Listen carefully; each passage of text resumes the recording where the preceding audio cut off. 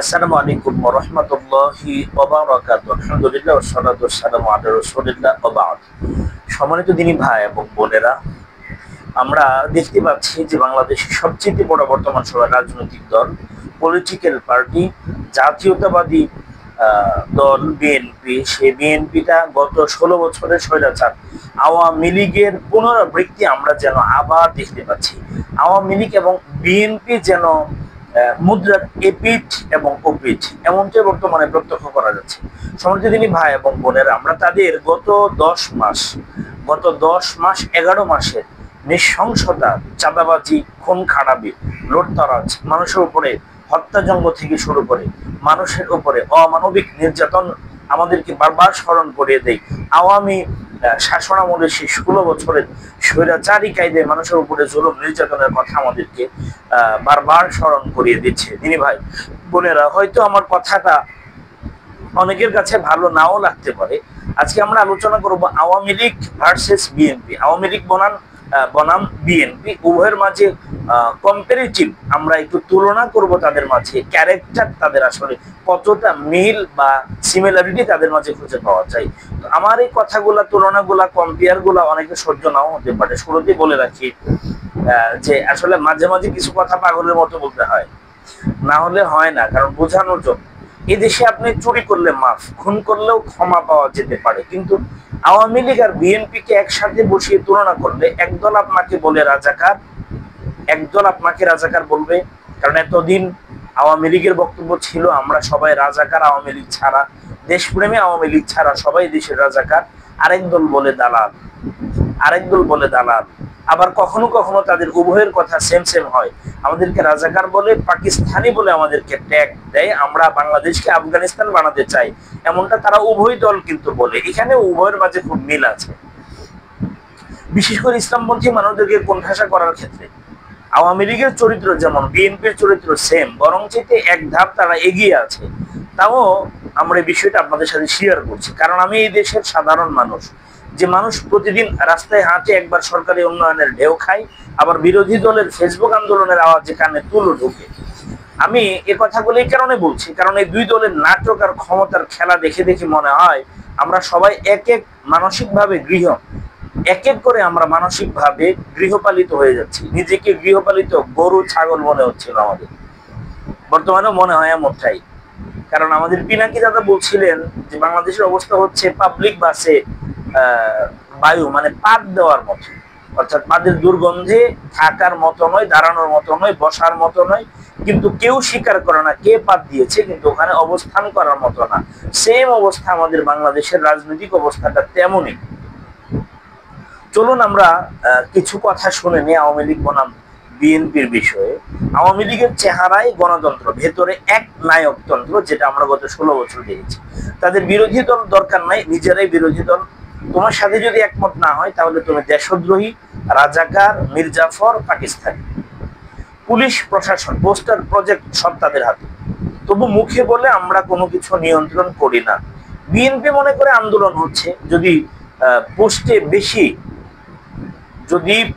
বেশি লেখালেখি হয়, বেশি লাইক পড়ে, তাহলে সরকার পড়ে যাবে। তারা ফেসবুকের মাঝে এটা একটা আন্দোলন করে, পোস্টে লাইক বেশি পড়লে সরকার পড়ে যাবে। একদিন অন্যান্য রাজনৈতিক দলকে গালি দেয়, পরদিন বসে গোপনে চা খায়। ধরেন জামাতকে গালি দিল, অন্য দলকে গালি দিল, এনসিপির গালি দিল, আবার বুকে জড়ায় না। এটা তাদের চরিত্র। তাদের রাজনীতি অনেকটা প্রেমে হাবুডুবু খাওয়া ছেলের মতো। আজ বলে তুই ভালো না, কাল বলে তোর মতো কেউ নেই।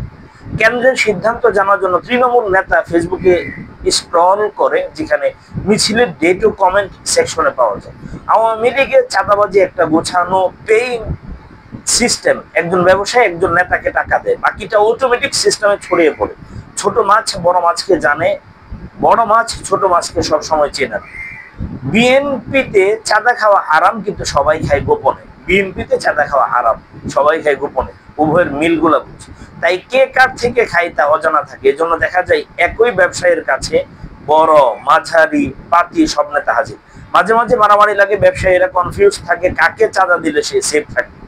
আওয়ামী লীগ চেতনা নামে একটি মোড়ক বানিয়েছে, সেটা তারা খুঁজে পেলেই বলে ৭১, বঙ্গবন্ধু ও বিরোধিতা যারা নাকি বিরোধিতা করে ৭১ বঙ্গবন্ধু যারা বিরোধী, তাদেরকে দেশদ্রোহী, তাদের সব কর্মসূচিতে এই থিম থাকে।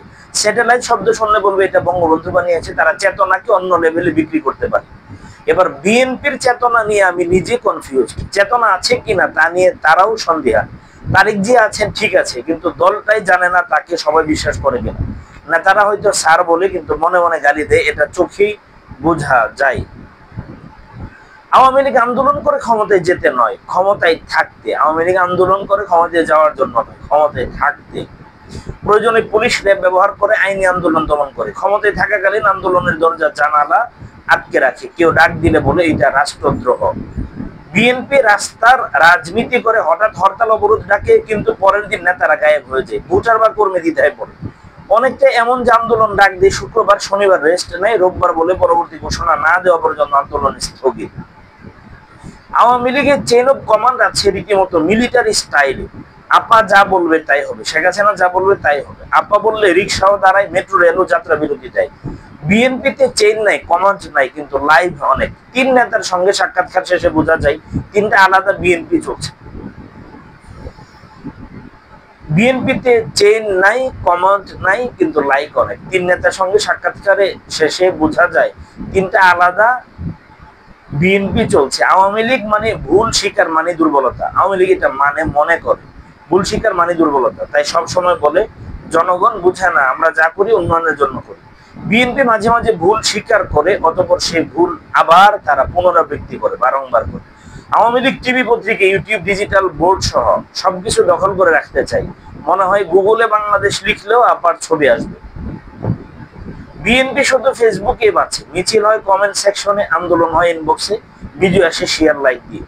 যে কোনো আন্দোলন মাঝপথে হাওয়া হয়ে যায়। আওয়ামী লীগ আন্দোলন দমন করে আইনের প্রয়োগ বলে, বিএনপি আন্দোলন ডাক দিয়ে বাসায় বসে বসে বলে জনগণ রাস্তায় নেই কেন। একটা দল উন্নয়নের নামে দুর্নীতি করে, অন্যটা বিরোধিতার নামে নাটক করে। একদল গলা চেপে ধরে, অন্য দল গলা ছেড়ে চিৎকার করে। দুই দলই বলে আমরাই জনগণের পক্ষের দল, আর জনগণ বলে আমরা কার পক্ষের তা আমরা নিজেই জানি না। এজন্য ভাই আমরা তাদের মোটামুটি বেশ কিছু বিষয় দেখলাম, উভয়ের মাঝে অনেক বেশি সামঞ্জস্য আছে। কাজে বর্তমানের মানুষ অতিষ্ঠ হয়ে গেছে ভাই। আওয়ামী লীগ বিএনপি একই মুদ্রার এপিঠ ওপিঠ, একটা দেয়ালের এপাশ ওপাশ। অতএব তাদের থেকে দেশকে রক্ষা করা ইসলামপন্থীদের জিম্মাদারি, এই বামদের থেকে দেশকে হেফাজত করা আমাদের জিম্মাদারি, দায়িত্ব। আমরা আর আওয়ামী লীগ বিএনপির মতো এই প্রতিহিংসার রাজনীতি বাংলাদেশে চাই না। এবার আমরা বহুত তাদেরকে দেখেছি, 54 বছর তাদের রোষানলে আমরা ছিলাম। এখন আমরা চাই ইসলামের অনুশাসন, আমরা চাই শরিয়া ভিত্তিক সমাজ ব্যবস্থা, আমরা চাই কোরআনের আইনে দেশ চলো, কোরআনকে সংবিধান হিসেবে আমরা মেনে দেশ চালিয়ে আমরা দেখতে চাই দেশের মানুষ মুক্তি পায় কিনা। আল্লাহ আমাদের ঐক্যবদ্ধভাবে ইসলামকে প্রতিষ্ঠা করার আন্দোলনে অগ্রণী ভূমিকা পালনের তৌফিক দিন। আমিন।